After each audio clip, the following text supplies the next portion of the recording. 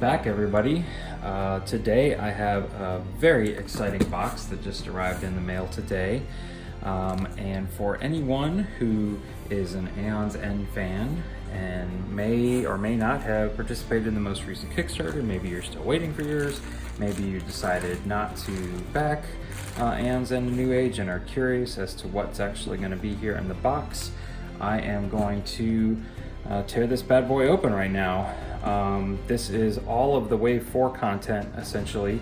You can see that the main box here has got the base game, a New Age base game, Shattered Dreams expansion, the Ancients expansion, and some promos should all be inside this main box.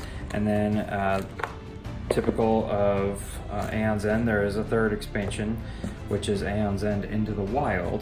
This was an add-on, as well as this neoprene mat here. So we're going to take a look at all this right now. So let's dig in. The base game here, Aeon's End the New Age. This is right here, introducing Expedition Mode, which from what I can remember of the Kickstarter is similar to a campaign. You're unlocking envelopes. It's not Legacy like Aeon's End Legacy was, but it does create, kind of like Gloomhaven is, where there's all this locked content that you have to unlock throughout. But essentially we're looking at all new monsters, heroes. This is a completely standalone expansion, so you do not need the base game to play if you have Aeon's End A New Age. So let's go ahead and do this here. Let's see what's inside.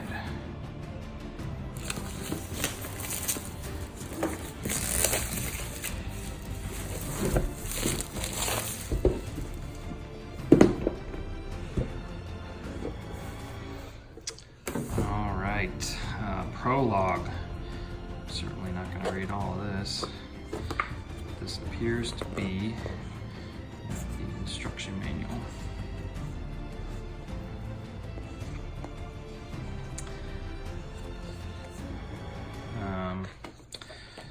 So there's some a few new things with the way certain monsters work. You can see, for example, this one here has what's called a nest mat. So some of the Nemesis acts differently. I know that some of the, there's unique breaches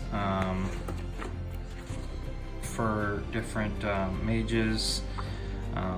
But like many of you, I have just opened this, so I am not familiar 100% with all of the new rules. It says End of Expedition Rulebook. So we're definitely not going to read that. Stop. Before opening any decks of cards, please read the rule book. And it has a first game setup guide. Okay. Pretty straightforward. Bunch of new tokens. Health tokens, power tokens, turn order tokens. Did they replace cards with tokens? Is there double-sided? Oh, these are just to put on the player boards. Okay. Magoth tokens, power tokens, charge tokens. Alright. And look at that, in case I wanted to box up my expansions. These are merely just flat packed boxes for Shattered Dreams and the Ancients. So that's essentially this stuck on the top here. That's interesting. All right, now we have got a ton of cards and other stuff here. There's a lot going on in here. This looks like a health dial for the Nemesis, and this would be a health dial for the city. Here's all your breaches. And here are all of the okay. Some interesting stuff going on here. So remember that some of these are going to be included in the expansion. So if you end up purchasing the retail version, you're only going to get but so many. So let's just take a look at these here. Nook Orb Caller. There's a little bio on the back, complexity rating, that's nice. The Wailing. Mazra. The Reader, she has a complexity of 6. Place form token here, Builder and Destroyer. So this appears to be a mage, complexity of 8. Place the form token on the front of this mat with the Destroyer form side face up. That must have been this. Okay, Builder form. And Destroyer form. So that's cool. She's dual personality there. Research Breach. This belongs in the Ancients expansion. Takern, the Shield. He's got a complexity rating of 2. So he's quite straightforward. Sahala. Complexity rating of 3. Geiger. Complexity rating of 3. So it either seems to be you're pretty low or you're really high. Oh, she's in the middle. There you go. Certainly Claudia, the Prospector. Here's the Magath Nest mat, so these kind of go together. The Wanderer. And you have some additional power tokens and a target token for the Shattered Dreams expansion. It does say there's a front and a back to this card, so I'm wondering if you're supposed to save the punch out. And here are the expedition envelopes. You can see there's just some bags at the bottom, but envelope 1A, 2D. Some cards for the Wanderer.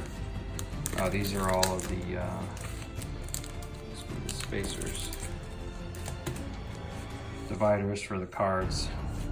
1D, 2A.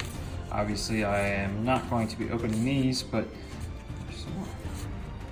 These are essentially what give it the campaign-esque feel to it, semi-legacy feel to it, and I believe that one instruction manual we saw will give you the ability to put everything back in the box so you can play through again. There won't be nearly as many surprises, but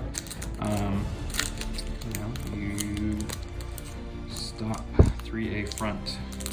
Okay, so it looks like there's not going to be a whole lot of spoilers even just looking at these unpacked. No. Alright, so definitely a spoiler-free setup here. Yep, all of these. Stop and front. Looks like we can see something back here.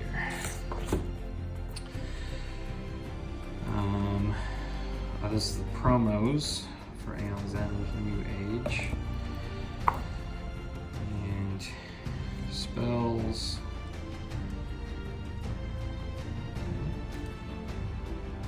Spells.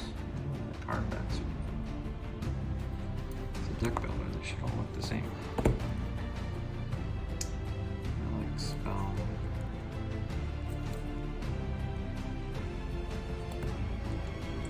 Alright, so there's the main game. I'm hesitant to open all these up until I read the instruction manual. So, we'll just have to check back in another video once I've read through the instructions and am ready to do a playthrough, just to make sure I'm not opening up anything that would be spoilerish. So while we're here, let's go ahead and take a quick look at the Wilds. So this is the 3rd expansion. You can see that it's got these 2 new heroes. This one kind of looks like a raptor. This is very nature-driven one. Okay, so again, this is just basically a tuck box. This will probably, once I get into this expansion, be flat packed along with the rest. And saved. All right, so here's another special track for the Nemesis.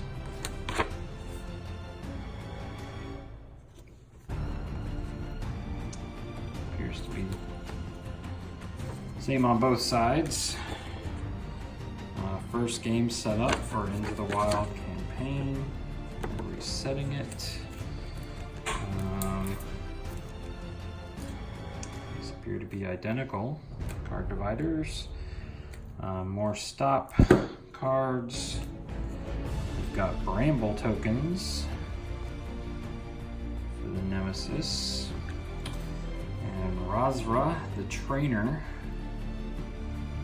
Not really sure what this guy's name is, but so guys, all cards with Rip in their name. Razra's trainer Rip, a complexity rating of 7. And Inko, who reminds me a lot of a certain Dragon Ball-ish character, complexity rating of 4. Looks like Dragon Ball Z lost in the jungle or something. And here's the Necroswarm. Alright, so that's pretty straightforward. And the only other thing that is in the way of core content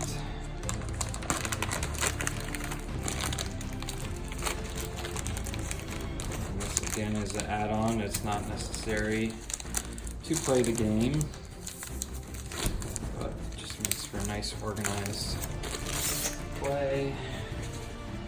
This is the Aeon's End battle mat. So this will hold your market, your Nemesis, turn order deck, things like that. This is not a necessarily a player board playmat, so it doesn't hold your like draw cards and discard piles and things like that, but it does keep everything else nice and orderly. It is pretty tall though. Alright, so there you have it. If you have any questions, please feel free to leave them in the comments section below, and I will get working on getting the instructions read and getting some of these card packs open, and then I'll have probably a playthrough video or something like that so you guys can see some of the cards if you're interested. Have a great day. Thanks for watching. I'm back for a quick update that I'm going to throw on the end of my unboxing video that I just recorded. As you can see, I basically did some cardboard chip punching. I got everything back in the box, and I was thinking to myself, okay, I'm gonna start opening some cards. And I was also thinking, man, there are not a whole lot of Nemesis. There's basically one per the base game and then one for each expansion. And I got to reading the rule books and noticed, first of all, right here, you can see that the 7 envelopes contain additional mages and Nemesis mats that are to be opened during the expedition. They're labeled as such. So that's 7 additional Nemesis, 7 more mages. So there is a lot of content in this box beyond what I just showed you. And again, there were all these cards in the box, and it looks like I am supposed to open 1A here, so I'll be doing that shortly, and that's all I'm going to get to open, because even I went back and looked at the sticker on the front, and it said anything card that starts with a SD, a P, or a TA is not used in your first expedition, and that's all these cards. So a whole lot of content that for the moment is locked to me and therefore locked to you. So stay tuned for playthrough, and we will start with this one right here. Stop 1A front. So thanks for bearing with me, and wish me luck.